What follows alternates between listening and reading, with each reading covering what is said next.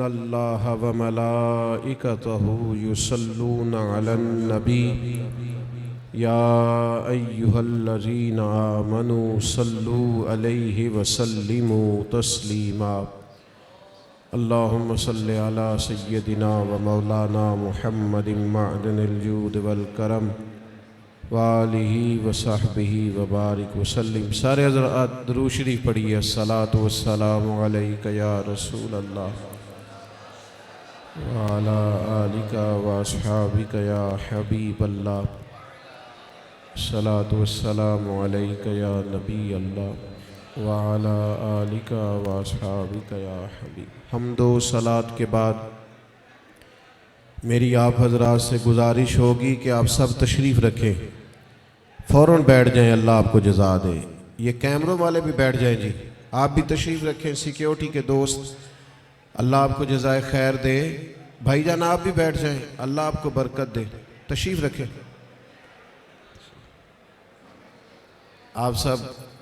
آپ سے عرض کیا تھا بیٹھنے کا، اور یہ موبائل بھی اگر آپ نیچے کر لیں گے تو جو آپ کے پیچھے بیٹھا ہے اسے تکلیف نہیں ہوگی، تھوڑا نیچے کر لیں صرف موبائل کو۔ درود شریف پڑھ لیں بلند آواز سے۔ الصلاۃ والسلام علیک یا رسول اللہ وعلی آلک واصحابک یا حبیب اللہ۔ حمد و صلاۃ کے بعد الحمدللہ آج اس خوبصورت محفل پاک میں ایک بڑی تعداد میں دیکھ رہا ہوں علماء بھی اور دیگر دینی اور روحانی شخصیات بھی جلوہ فراز ہیں۔ اللہ تعالی ہماری اس حاضری کو اپنی بارگاہ میں قبولیت کا شرف عطا فرمائے اور اس محفل پاک کو عقائد کی پختگی، اعمال کی درستگی اور ہمارے گناہوں کی معافی کا سبب بنائے۔ استقبال رمضان المبارک کے تعلق سے آج کی اس بزم نور کا انعقاد ہے۔ اللہ تعالیٰ نے قرآن مجید کے اندر ارشاد فرمایا کہ شہر رمضان الذی انزل فیہ القرآن، فرمایا رمضان کا وہ بابرکت مہینہ ہے جس میں ہم نے قرآن مجید نازل فرمایا ہے۔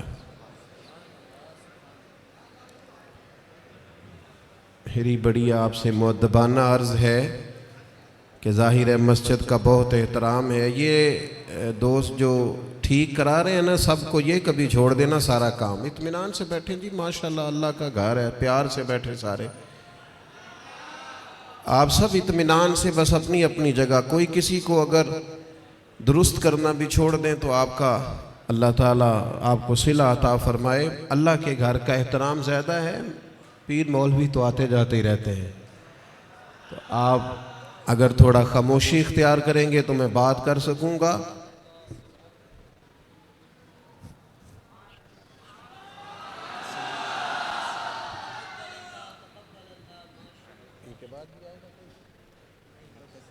اچھا اللہ جزاک، بہت سی اللہ آپ کو برکت عطا، بڑی نواز، بارک اللہ۔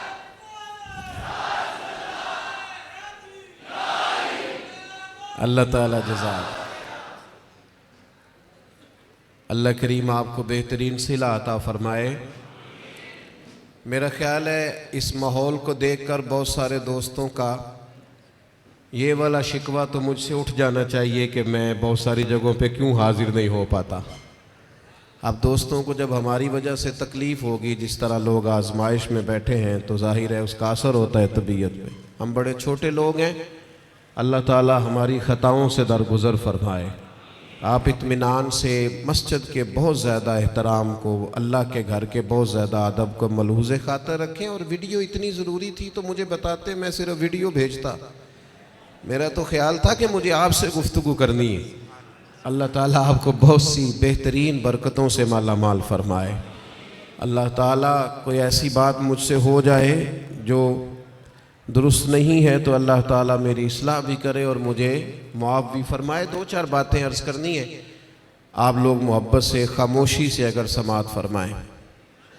مجھے اندازہ ہے کہ لوگ زیادہ ہیں تو ان کو دقت ہو رہی ہے بیٹھنے میں اور آزمائش میں ہے، لیکن بہرحال آپ جب جتنی محبت سے بیٹھیں گے اس کا زیادہ اجر ملے گا آپ کو۔ تو رمضان شریف کے تعلق سے چند ایک گزارشات آپ کی خدمت میں عرض کرنی ہے۔ اللہ کریم نے ارشاد فرمایا کہ رمضان وہ بابرکت والا مہینہ ہے جس میں ہم نے قرآن مجید نازل فرمایا ہے۔ میں یہاں آیا تو یہاں میرے لیے خیر کے جملے کہے گئے، اچھے لفظوں سے میرا استقبال کیا گیا، تو ظاہر ہے جو یہاں دوست بات کر رہے تھے وہ معتبر آدمی تھے، اچھے آدمی ہوں گے۔ تو آپ یقیناً یہ کہتے ہوں گے کہ ہمارے مولانا نے جس کے لیے اعلان جمعے میں کیا ہے اور کتنے سارے لوگ جس کو سننے کے لیے آئے ہیں شاید بڑا آدمی ہو۔ کوئی کسی کے لیے جب استقبالیہ کہتا ہے، اچھے جملے کہتا ہے، تو اس بندے کا اپنا قد جتنا بڑا ہوتا ہے لوگ آنے والی شخصیت کو بھی اسی میں تولتے ہیں۔ اور جناب ہمارے استاد کہہ رہے تھے کہ فلاں آدمی کی بات سننی ہے، وہ ہمارے فلاں بزرگ نے فرمایا کہ فلاں کی بات سننی ہے، اس سے بہت اچھے، بہت گہرے، بہت مؤثر اثرات پیدا ہوتے ہیں۔ یعنی ایک نقیب محفل اٹھ کر اعلان کریں تو بھی بڑی بات ہے، لیکن اگر وہاں کوئی عالم بیٹھے ہوں وہ مائک لے لیں کہ میں دعوت دیتا ہوں فلاں آدمی کو، اس کا اور گہرا اور عمدہ اور زیادہ اثر ہوگا۔ مثال دی ہے، بات سمجھ میں آ جائے۔ رمضان شریف وہ برکت والا مہینہ ہے جس کے آنے سے قبل خود رسول کریم علیہ السلام نے خطبہ ارشاد فرمایا ہے۔ بخاری میں، مسلم میں، مشکات میں حضرت سلمان فارسی رضی اللہ تعالیٰ عنہ کی روایت موجود ہے۔ فرماتے ہیں نبی کریم علیہ السلام نے شعبان کے آخری دن اور رمضان سے ایک دن قبل ہمیں باقاعدہ خطبہ دیا، باقاعدہ۔ اور کریم محبوب علیہ السلام نے ہمیں رمضان المبارک کے فضائل سنائے۔ اگر ہم صرف اسی بات کو پیش نظر رکھیں نا کہ رمضان وہ مقدس مہینہ ہے جس کے آنے سے قبل محبوب خطبہ استقبالیہ ارشاد فرماتے ہیں، حضور فضائل بیان کرتے ہیں، ذہن سازی کرتے ہیں، لوگوں کو تیار کرتے ہیں کہ رمضان شریف آ رہا ہے۔ اور اللہ کے حبیب علیہ السلام نے اس خطبے میں ارشاد فرمایا، لوگوں تم پر ایک برکت والا مہینہ سایہ فگن ہونے والا ہے، اور وہ مہینہ ایسا سعادت والا ہے، ایسا برکت والا ہے کہ فرمائے اس میں تم اگر نفل پڑھو گے تو اللہ فرض کے برابر اجر عطا فرمائے گا، اور اگر تم اس کے اندر فرض ادا کرو گے تو اللہ 70 گنا تمہیں اجر عطا فرمائے گا۔ اب بات کو سمجھیں، رکھتے اتنی ہیں فرضوں کی، لیکن اس کا ثواب بڑھ گیا ہے۔ اوقات وہی ہیں نماز کے، لیکن ان کا ثواب بڑھ گیا ہے۔ اس کے لیے جو ضروریات ہیں، جو شرائط ہیں، جو فرائض ہیں، جو واجبات ہیں، جو سنن ہیں، وہ اتنی ہیں، لیکن اس کا اجر بڑھ گیا ہے۔ کیوں؟ اس لیے کہ رمضان المبارک میں اللہ تعالیٰ اپنے بندوں پر رحمت بہت فرماتا ہے، اللہ کی رضا ہے، اس کا فضل ہے، ذالک فضل اللہ یؤتیہ من یشاء، اور اللہ جسے چاہے اپنا فضل عطا کرے۔ محض اللہ کا فضل ہے کہ اس نے نوافل کا ثواب فرائض کے مطابق برابر کر دیا اور فرائض 70 گنا بڑھا دیے۔ اب سمجھنے کی بات ہے، سمجھنے کی، کہ کسی شخص کو کسی چیز پر زیادہ نفع مل رہا ہو تو وہ توجہ کرتا ہے، وہ پھر باقی کاموں پر وقت نہیں لگاتا۔ وہ کہتا ہے چونکہ مجھے اب اس کام میں زیادہ، آپ 3 4 5 بزنس کرتے ہو تو جو بزنس آپ کو زیادہ نفع دے رہا ہو، جو زیادہ منافع بخش ہو، آپ اس کو زیادہ وقت دیتے ہیں، اور جس میں ذرا کم آمدن ہو آپ کہتے ہیں یار یہ ثانوی حیثیت کا کام ہے۔ اس کو کیا کرتے ہیں لوگ دوسرے یا تیسرے درجے پہ رکھتے ہیں، نفع بخش کام نہیں چھوڑتے، خود جا کے اس کاروبار پہ بیٹھتے ہیں جس کا نفع زیادہ ہو۔ اللہ کے حبیب صلی اللہ تعالی علیہ وسلم نے اپنی زبانیں فیض ترجمان سے خود رمضان کے فضائل بیان کی اور بتایا کہ یہ تمہارے لیے نفع بخش اور سعادت افروز لمحات ہیں، اور عبادت پر ثواب بڑھ رہا ہے۔ کرنا کیا ہے کہ باقی کاموں کو ثانوی حیثیت دینی ہے اور رمضان کی برکات کو ذرا پہلے درجے پہ رکھنا. ہمارے ہاں یہ ہوتا ہے کہ سارے کام ہی رمضان میں ہوتے ہیں. کپڑے بھی رمضان میں خریدنے ہیں، درزی کے پاس بھی رمضان میں جانا ہے، جوتے خریدنے بھی رمضانوں میں جانا ہے. صحابہ کرام علیہم رضوان اللہ کے حبیب علیہ السلام کی مزاج کو بخوبی جانتے تھے. حضور کا باقاعدہ خطبہ دینا رمضان کی فضیلت میں، اور باقاعدہ اللہ کے محبوب علیہ السلام کا صحابہ کی توجہ مبذول کرانا، تو وہ سمجھ گئے. اب احوال میں لکھا ہے صحابہ کے کہ وہ کیا کرتے، اپنے سارے کام شعبان میں ختم کر لیتے، لین دین کا حساب بھی شعبان میں کر لیتے، اور جب رمضان آتا تو پھر وہ سارا وقت عبادت کو دیتے. پھر وہ سارے اوقات مرتب کرتے کہ وہ اپنا وقت اللہ تعالیٰ کی یاد میں گزاریں گے، نوافل میں گزاریں گے، عبادات میں گزاریں گے، اعتکاف میں گزاریں گے. کرنے کا کام یہ ہے کہ ہم ذہنی طور پر تیار ہوں، ہمارا مزاج بنے. توجہ ہے آپ کی میری بات پر؟ آپ زیادہ غور فرمائیے کیا عرض کر رہا ہوں. فرمایا کہ وہ اپنے سارے کاموں کو پہلے سمیٹ لیتے، اور رمضان میں ان کی پوری توجہات، اللہ کرے آپ کی بھی توجہ ساری میری بات پہ ہو جائے، آمین تو کہہ دے. ایسا نہ ہو جب تک آپ انتظام مکمل کریں تب تک ہم چھٹی لے لیں آپ سے. اللہ تعالیٰ آپ کو برکات عطا فرمائے. آپ زیادہ غور کریں، ماشاءاللہ انتظام اچھا ہے آپ کا، اور آپ زیادہ پریشان نہ ہو. میں چھوٹا آدمی ہوں، شروع میں کہہ چکا ہوں، آپ سے اللہ رسول کی بات کرنے آیا ہوں. آپ زیادہ توجہ سے سنیں گے، طبیعت عمل کی طرف مائل ہوگی تو میرے لیے ذخیرہ آخرت بنے گا. تو آپ غور کریں بات پر، چھوڑ دیں باقی چیزوں. اللہ تعالیٰ آپ کو برکات عطا فرمائے، آمین تو کہہ دے. ہماری طرف دیکھیں پھر ادھر دیکھ رہے ہیں، کمال ہو گئی. اللہ تعالیٰ آپ کو جزائے خیر عطا فرمائے، برکت. جو استاد ٹائپ لوگ ہوتے ہیں نا، پڑھنے پڑھانے والے، وہ کہتے ہیں بچے کو میری طرف دیکھ، چاہے علی بات آسا بھی پڑھا رہا ہوں نا تو پورا دیکھے گا تو سبق کا مزہ آئے گا. اللہ تعالیٰ آپ کو برکات عطا فرمائے، جزائے خیر. اور ویسے بھی ہماری محفل میں ایک آدھ آدمی ہوتا ہے جس نے مجمع میں بھی لازمی بیٹھنا ہوتا ہے اور سارے انتظام بھی کرنے ہوتے ہیں. بھئی آپ کو بندوبست کرنا ہے تو آپ ادھر تشریف لے جائیں جہاں بندوبست ہو رہا ہے.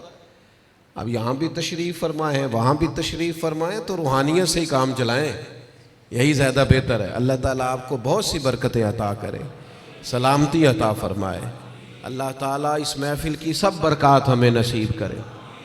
تھوڑی تقریر کرنے والا آدمی ہوں تو چاہتا ہوں کہ سارا کام محفل کو درست کرنے میں ہی نہ لگ جائے، کچھ بات بھی ہو جائے. تو اگلی بات یہ ہے کہ رمضان میں کرنا کیا ہے، عبادات کون کون سی ہم نے زیادہ کرنی ہے.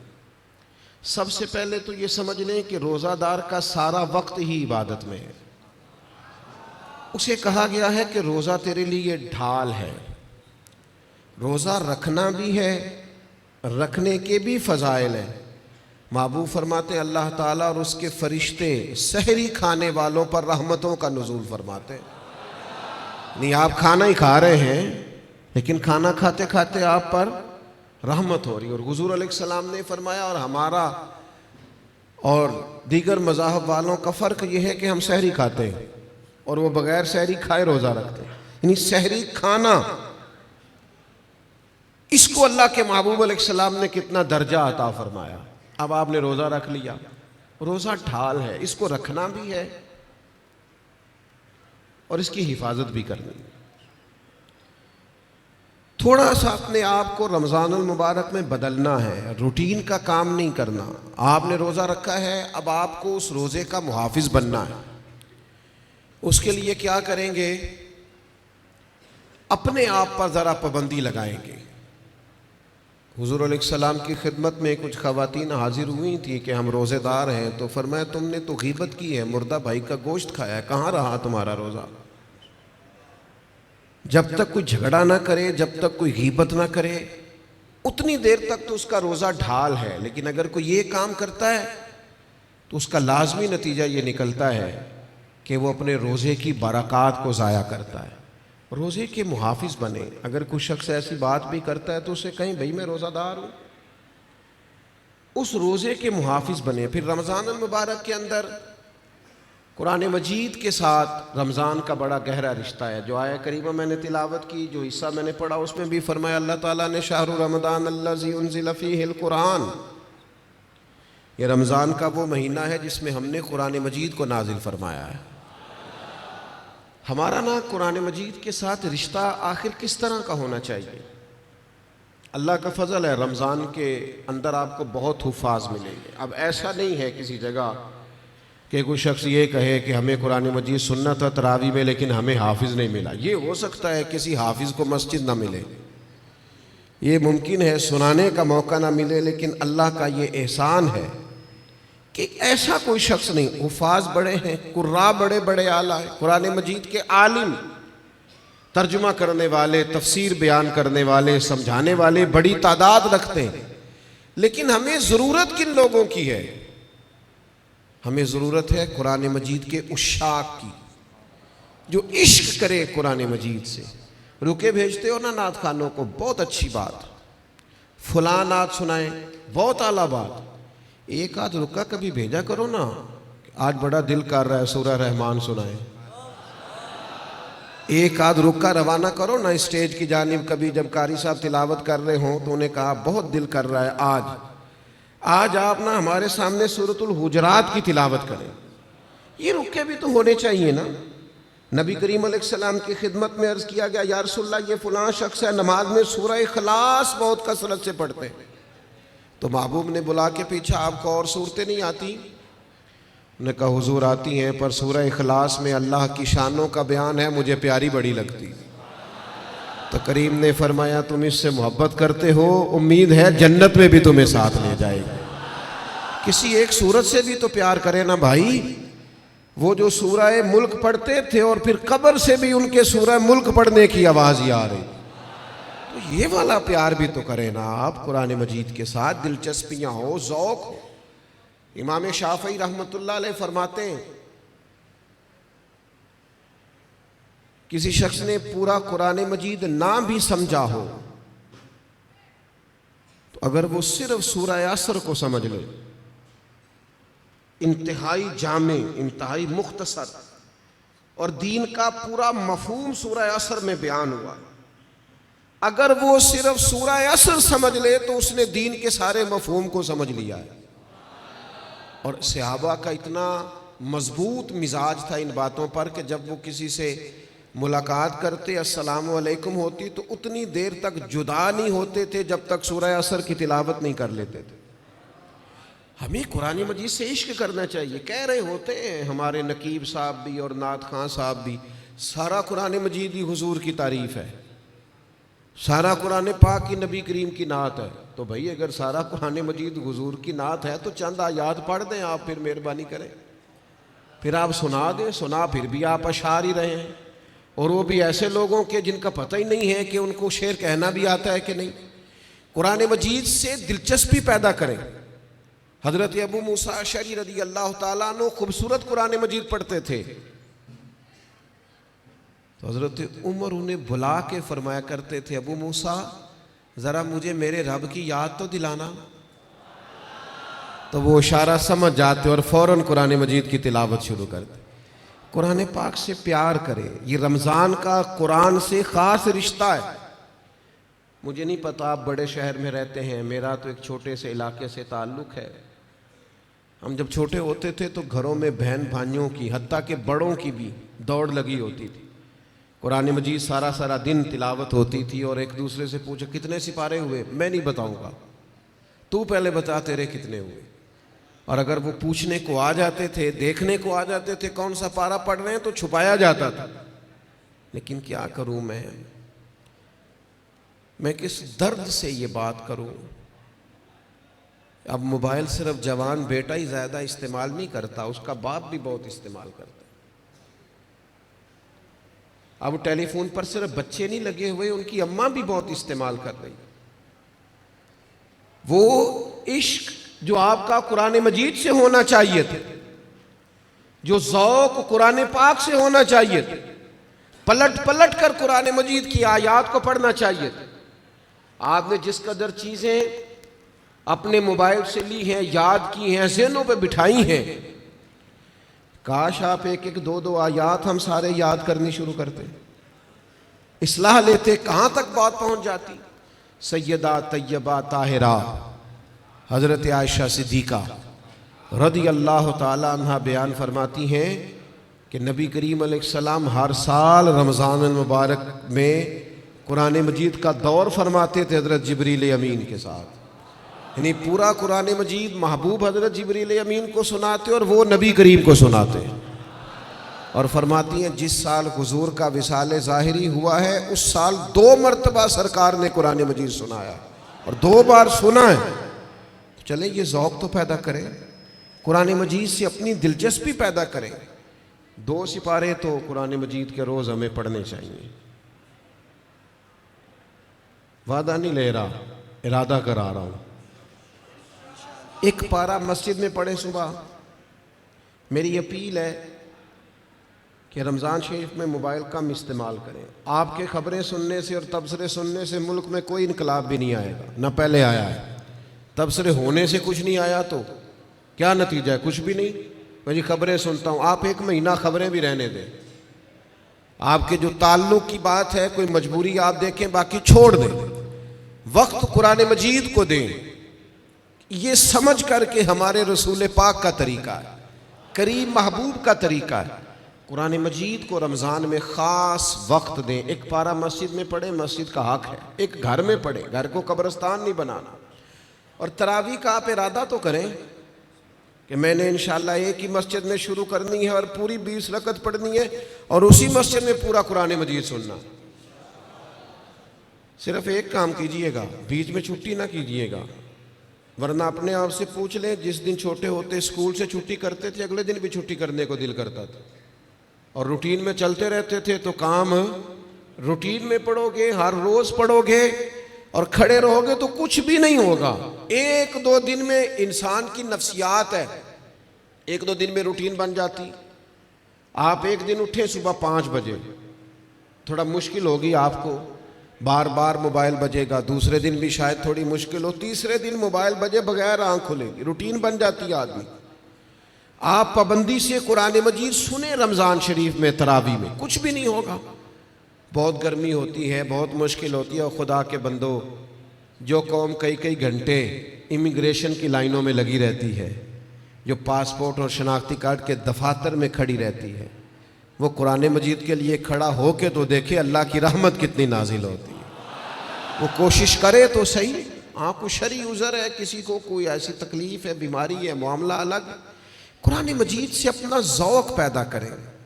ہمارے ایک استاد صاحب تھے، پیر سید مراتب علی شاہ صاحب رحمۃ اللہ علیہ، حضور شیخ الاسلام خواجہ قمر الدین سیالوی کے وہ خلیفہ تھے، اور حضرت محدث اعظم پاکستان رحمۃ اللہ علیہ کے شاگرد تھے۔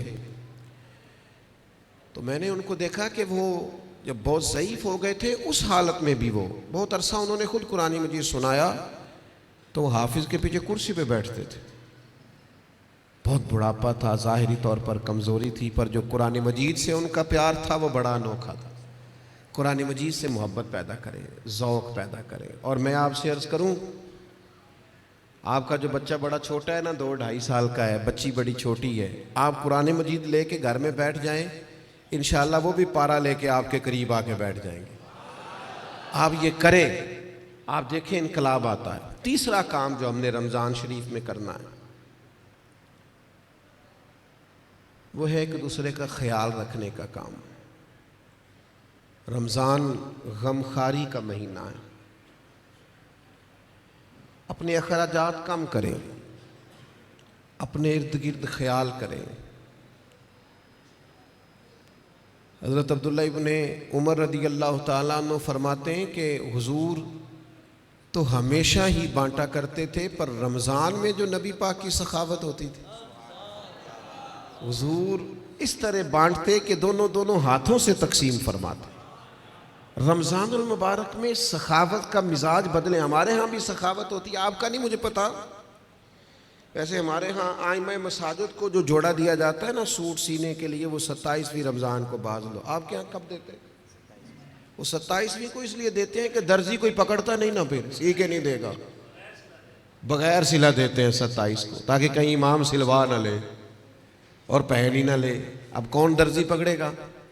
آپ نے کہیں راشن دینا ہے یا کسی کو تحفہ دینا ہے تو وہ آپ رمضان سے پہلے دیں، اور علماء سے تصدیق کرا لینا، رمضان کی نیت کر کے رمضان سے پہلے بھی دے دو گے تو رمضان جتنا ہی اللہ اجر عطا فرمائے گا۔ اللہ کے بندے قبل از وقت کسی کو دیں اور مہربانی کریں، لوگوں کو لائنوں میں لگانے کا شوق نکال دیں طبیعت سے۔ جب رب نے ہمیں دیا تھا تو لائنوں میں کھڑا کر کے نہیں دیا تھا، یہ کیوں شوق پیدا ہو گیا؟ پتہ ہے مومن کی عزت کتنی ہے؟ اللہ کے حبیب علیہ السلام نے فرمایا مومن کی عزت اللہ کی بارگاہ میں بیت اللہ سے بھی زیادہ ہے، ترمذی میں حدیث۔ شوق آ گیا لوگوں کو لائنوں میں کھڑا کر کے دیتے ہیں، آپ کو پتہ ہے۔ اور جس طرح الیکشن کے دنوں میں لسٹیں بنتی ہیں نا کہ اس کا ووٹ کہاں ہے، اس طرح غریبوں کی لسٹیں بھی پہلے سے بنائی جا سکتی ہیں کہ کون ضرورت مند ہے، اور ایک جگہ پہ بیٹھ کر ہی بن جاتی ہیں، سب ہو جاتا ہے اگر کرنا ہو۔ میرے عزیز، لوگوں کو دیا جائے، اور دیکھنا یاد رکھنا اگر رمضان میں بھی کوئی کریانے والے کے پاس کھڑا ہو کے کہہ رہا ہونا کہ یار بس 2 دن اور نکالو میں تمہارا قرض چکاتا ہوں، تو پھر میرا خیال ہے کہ ہمیں اپنی افطاریاں اور سیاسی افطاریاں تھوڑی بند کر لینی چاہیے۔ پھر ہمیں غور کر لینا چاہیے کہ رمضان شریف میں بھی لوگ گزارشات پیش کر رہے ہیں۔ خدا کے بندو، اس تفریق سے ہم کب نکلیں گے کہ بس ہمیں لوگوں کو خیرات ہی دینی ہے؟ آپ لوگوں کے دکھوں کا مداوع کریں، آپ تعلیم کو عام کریں، روزگار کو عام کریں، اور آپ لوگوں کی ضروریات کی کفالت کریں۔ ایک شخص صرف دے اور ایک آدمی کو دے، لیکن اس کی ضروریات کا خیال کریں۔ اس طرح کا رویہ کہ مجھے 100 جگہ پہ دینا۔ حضرت عمر بن عبدالعزیز کے زمانے میں ایک شخص کو زکوٰۃ لگتی تھی، اتنے لوگوں نے زکوٰۃ دی، اس نے کاروبار کیا کہ اگلے سال وہ خود زکوٰۃ دے رہا تھا۔ لیکن ہم تو لوگوں کو اس طرح کا رویہ رکھتے ہیں کہ بس ٹھیک ہے، یہ کام چلتا ہی رہنا چاہیے۔ تو آپ اپنی طبیعت میں رمضان میں سخاوت کا مزاج پیدا کریں اور اپنے ارد گرد ڈھونڈیں۔ حضرت امام زین العابدین رضی اللہ تعالیٰ عنہ کسی شخص کو کچھ دینے لگے تو زمین پہ رکھ کے چلے گئے، اور پھر آواز دی وہ میں نے کچھ آپ کے لیے تحفہ رکھا ہے فلان جگہ اٹھا لیجئے گا۔ تو کسی نے کہا حضور آپ نے نیچے رکھا ہے، دے دیتے۔ فرمانے لگے لیتے وقت وہ آنکھیں بھی نیچی کرتا، اس کی زبان پر شکریہ کے الفاظ بھی لڑکھڑاتے ہوئے آتے، اور وہ مجھے محسن جان کر اپنے مزاج میں تھوڑا کمزوری بھی محسوس کرتا، تو میں جلدی سے اس لیے آ گیا ہوں کہ کہیں اس کو نظریں نہ جھکانی پڑے، اللہ کی رضا کے لیے دیا ہے۔ ہمارے حضرت فرمایا کرتے تھے کسی غریب کی بیٹی کی شادی کراؤ تو پھر خود اس شادی میں نہ جانا، اس لیے کہ وہ تو پھر بیچارہ تمہارے آگے پیچھے پھرتا رہے گا، نظریں جھکائے پھرے گا، تم نے تعاون کر دیا اب گھر رہو۔ چوتھا کام جو ہم نے رمضان میں بہت زیادہ کرنا ہے وہ دعائیں مانگنے کا ہے۔ دعا مومن کا ہتھیار ہے۔ کچھ لوگ کہتے ہیں دعا سے کیا ہوتا ہے؟ میں نے کہا اگر رسول رحمت دعا مانگے نا تو اللہ حضرت عمر جیسے لوگوں کو دین میں داخل کر دیتا ہے۔ وہ دعا کی طاقت کا ہی نہیں پتا، دعا تو ہتھیار ہے مومن کا۔ دعا سے انقلاب آ جاتا ہے، کایا پلٹ جاتی ہے۔ دعا کرو کوئی دعا دینے والا ملے، دعا کرو کوئی پچھلے سحر اٹھ کر دعا دے، کوئی بیٹھا ہوا مجھے دور دعا دیتا ہے، میں ڈوبتا ہوں پر سمندر اچھال دیتا ہے۔ اللہ کرے کوئی دعاؤں میں یاد رکھے، دعائیں مانگیں اور دوسروں کے لیے زیادہ مانگیں۔ آپ نے زیادہ غور کیا ہے، میں سمجھ گیا ہوں کہ دوسروں کے لیے ہی مانگیں، یہ بڑا مشکل کام ہوتا ہے، لیکن آپ دوسروں کے لیے مانگیں۔ حدیث میں فرمایا جو دعا تم کسی کے لیے مانگتے ہو اللہ پہلے تمہیں عطا فرماتا ہے۔ آپ مانگیں گے تو وہ تو کرم ہوگا، اپنے لیے بھی مانگیں پر دوسروں کے لیے بھی مانگیں۔ دل بڑا زخمی ہے، طبیعت بڑی بے چین ہو جاتی ہے جب فلسطین کے لوگوں کی تکلیف دیکھتے ہیں۔ ہم نہ خبروں میں تھوڑے دن رہنے والے لوگ ہیں، ہمارا مزاج ہے، جو خبر چل گئی اس کے پیچھے ہو لیے۔ جن علاقوں میں سیلاب آیا تھا وہ سارے لوگ اپنے اپنے گھروں میں سیٹ ہو گئے، کاروبار چل گئے، لیکن خبریں ختم ہو گئی ہیں نا، تو ہم بھی چپ کر گئے۔ فلسطین کی چند دن خبریں ذرا زیادہ تھیں تو ہم بھی ذرا زیادہ بات کر رہے تھے، اب وہ خبریں ختم ہو گئیں، جنگ تو ختم نہیں ہوئی، تکلیف تو ختم نہیں ہوئی۔ خدا کے بندوں، جو زخم لگے تھے وہ تو نہیں بھرے، آنسو تو اپنی جگہ پہ ہیں، درد تو اپنی جگہ پہ، لیکن ہم خاموش ہیں۔ ہمارے وہی سٹیٹس ہے، وہی آنا جانا، وہی پھرتیاں ہیں، وہی کھانا پینا ہے، ہمیں کسی سے کیا لگے الا ماشاء اللہ۔ اپنے مسلمان بھائیوں کا درد سمجھو، اپنی تجوریاں بھرتے جانا اور کسی کا خیال ہی نہ کرنا، اس کا معنی یہ ہے کہ دل سخت ہو گیا۔ اللہ کے پیارے حبیب علیہ السلام سے ایک شخص نے پوچھا تو حضور دل سخت ہو گیا، فرمایا کوئی یتیم ملے نا، اس کے سر پہ ہاتھ پھیرا کر، اللہ تیرے دل کو نرمی عطا کر دے گا۔ ان پر دیکھیں، میں بات سمیٹنے لگا ہوں۔ 5واں کام جو رمضان شریف میں ہم نے کرنا ہے وہ ہے محاسبہ۔ ہمیں سوچنے کا وقت ملے گا، ہم روزے سے ہوں گے، بیٹھنے کا موقع۔ ہمارے صوفیہ ایک مراقبہ کراتے ہیں۔ اب تو خیر ہم جو صوفیہ کی جماعت ہیں، ہمیں بھی طرز کا نہیں پتا کہ صوفیہ کا اصل طریقہ کیا ہے، نہ ہمارے ہاں وظائف پڑھنے کا وہ رواج ہے، نہ اکیلے میں بیٹھ کے کچھ دیر مراقبے کی وہ کیفیات ہیں، نہ دعا اور مناجات اور وہ اکیلے کی عبادتیں، تنہائی کی، دوسروں سے کٹ کے اللہ کو یاد کرنا، تھوڑی دیر کے لیے کرنا لیکن تنہائی میں۔ ہمارے ہاں جو چیز بھی ہوتی ہے وہ چونکہ زیادہ تر اجتماعی ہوتی ہے، تو اجتماعی چیزیں زیادہ تر فیس بک پہ ہوتی ہیں، تو پھر وہ اس کی وہ کیفیت نہیں رہتی، وہ ذوق نہیں رہتا۔ آپ رمضانوں میں تھوڑا اکیلے بیٹھیں، تھوڑا تنہائی میں وقت گزاریں۔ غار حرا میں تنہا بیٹھنا بھی تو نبی کریم کا طریقہ ہے۔ غار ثور میں 3 دن سب سے کٹ کے اسلام رہبانیت کی نفی کرتا ہے، لیکن کچھ دیر کے لیے خلوت کرنا، اکیلے میں بیٹھنا، تھوڑی دیر اپنے آپ سے گفتگو کرنا۔ ڈھونڈتا پھرتا ہوں اے اقبال اپنے آپ کو، آپ ہی گویا مسافر، آپ ہی منزل ہوں میں۔ زمانہ بیت گیا، ہم نے اپنے آپ سے بات ہی نہیں کی۔ اپنے آپ کو بھی تو کٹہرے میں لانا ہے نا، اپنے آپ سے بھی تو کئی سوال پوچھنے والے ہیں نا، اپنے آپ سے بھی تو بات کرنی ہے نا کہ میاں تیرے اوپر اللہ کی نعمتیں کتنی ہیں اور تیری محنت کتنی ہے، حساب دے۔ اللہ کے انعام کتنے ہیں اور جواب میں تیرا شکر کتنا ہے، حساب دے۔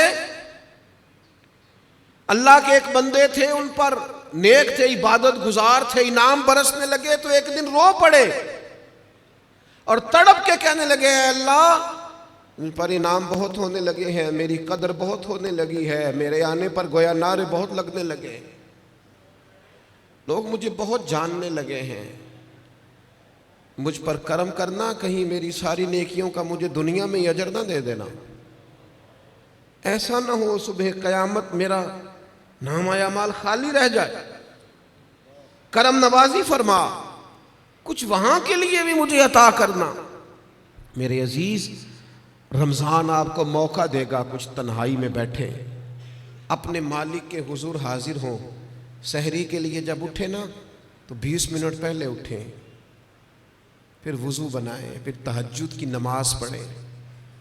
بڑی پسند ہے رسول پاک کو تہجد کی نماز، حضور بڑے ذوق سے اٹھتے۔ آپ اکیلے ہوں، اپنے گھر میں پڑھیں، اس عبادت کے بعد اللہ کے حضور حاضر ہوں، اپنے لیے، امت کے لیے کشکول طلب دراز کریں، لیکن اپنا محاسبہ کریں۔ ساری زندگی دوسروں کا حساب کیا ہے۔ وہ حضرت موسیٰ کلیم علیہ السلام نے ایک بہت نیک آدمی سے کہا، بہت نیک آدمی سے، کہ آپ بتائیے بستی میں سب سے گناہگار کون ہے؟ تو اس نیک آدمی نے اپنے گلے میں رسی ڈالی اور حضرت کلیم کے ہاتھ میں تھما کے عرض کرنے لگے، حضور کچھ لوگوں کا مجھے خیال تھا کہ شاید ان میں کچھ غلطیاں ہوں، پر ان کی غلطیوں کا مجھے صرف شک تھا، اپنی غلطیوں کا تو مجھے یقین ہے نا، تو مجھے طے ہے نا میں نے کی ہے۔ تو میں ہوں سب سے بڑا گناہگار۔ تو آپ فرمانے لگے پتہ تمہیں درجہ کیوں ملا؟ یہ تمہاری جو عاجزی ہے اسی نے تمہیں درجات عطا کی۔